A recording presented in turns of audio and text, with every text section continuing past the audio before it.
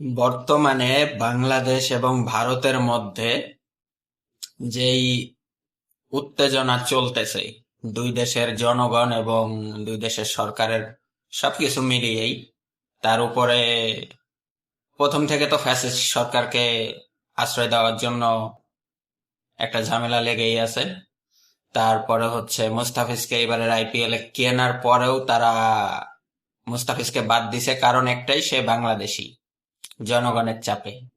হ্যাঁ, তো আমার কাছে এখন যেটা মনে হচ্ছে সেটা হচ্ছে এই মুহূর্ত এই মুহূর্ত থেকে বাংলাদেশের উচিত, বাংলাদেশ সরকারের উচিত যে ইন্ডিয়ার মাঠে টোটালি বিশ্বকাপ খেলাতে বাংলাদেশ যাবে না। ইন্ডিয়া বয়কট, বয়কট মানে বয়কট। ইন্ডিয়ার সকল ধরনের পণ্য বয়কট। আমাদের দেশের থেকে আমাদের নিজেদের চাষিদের আমরা একটু বেশি দাম দিয়ে খাইলাম।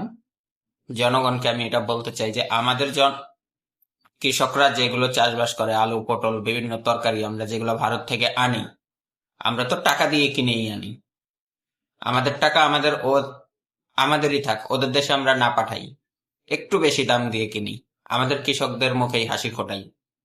তাই ইন্ডিয়ার সকল ধরনের পণ্য, ইন্ডিয়ার যাবতীয় পণ্য সব বয়কট আজকে থেকেই। আর হচ্ছে ইন্ডিয়ার এবারের আইপিএল এর কোনো খেলা আমাদের কোনো চ্যানেল দেখাবে না। যতগুলা স্পোর্টস এর নিউজ করতো আইপিএল নিয়ে, কোনো নিউজ দেখাবে না, যেহেতু আমাদের বাংলাদেশে কোনো প্লেয়ার নাই। এবারের আইপিএল এ বাংলাদেশের কোনো প্লেয়ার নাই, সেহেতু আমাদের দরকার নাই তো আইপিএল এর নিউজ বাংলাদেশে দেওয়ার। ইন্ডিয়ার যত চ্যানেলগুলো আমাদের দেশে আছে, সরকারের নিকট আবেদন জানাচ্ছি, দ্রুত সময়ের মধ্যে সব বন্ধ করে দিন। সব ধরনের ইন্ডিয়ান চ্যানেল বয়কট। বয়কট মানে বয়কট। টোটালি ইন্ডিয়ার কোনো কিছু বাংলাদেশে চলতে দেয়া যাবে না। যে চ্যানেলগুলা আইপিএল দেখাবে, সেই চ্যানেলগুলা বয়কট করেন বাংলাদেশের জনগণ। এক কথায়, ইন্ডিয়া বয়কট মানে ইন্ডিয়া বয়কট, ইনশাল্লাহ।